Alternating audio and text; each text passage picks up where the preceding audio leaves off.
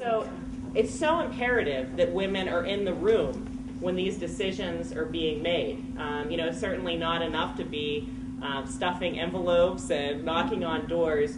We need to make sure that we're always part of the discussion. And even if it's not intentional, if you're not there, your voice isn't heard. So I really encourage everyone to get involved, and certainly don't listen when somebody says to you, you have to wait your turn, or gives you any other reason. I think everyone is better for the experience of running. I know that it made me be so much less critical of myself. When I first started running, it was shortly after I finished law school. And during law school, I would waitress and bartend. And a friend of mine brought a picture of me in while I was bartending one night. And it was a picture of us. We had run a marathon together.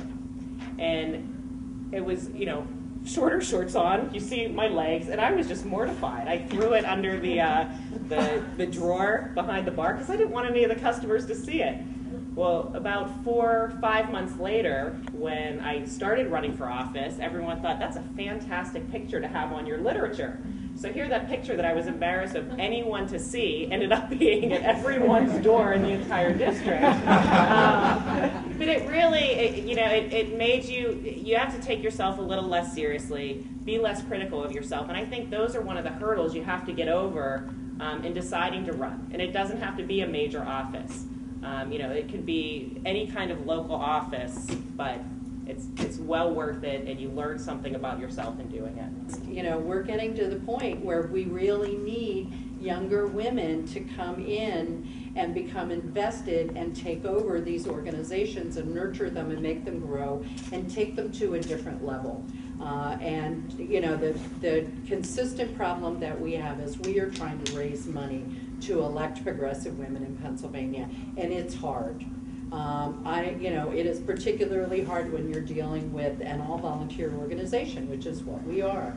We need volunteers. We need to identify groups of people in particular areas. And the area of the state where, we have traditionally had the worst track record has been in the West. And actually, we have some good women in the West now, but we have nobody in the Northwest.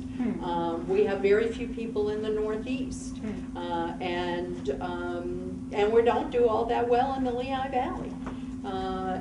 Well, Dorothy, let's fix that. Yeah. So I can't tell you how, and actually I spent the last 2 days in Washington at the Families USA conference talking about healthcare reform, and this morning with my school nurses who haven't had any increases in their funding in 21 years. And it is so heartwarming to me to see all of these people in this room who are interested enough in this topic to come to this workshop. And Sam, I want to thank you for the sort of new energy that you have brought and the relationship that we're building with the Women's Campaign Forum, and I really want to encourage all of you to get involved, stay involved, make personal commitments, get your checkbooks out, and if you can't write the check, that's fine. Go find somebody who can and get them to write the check. We don't care who's writing the checks.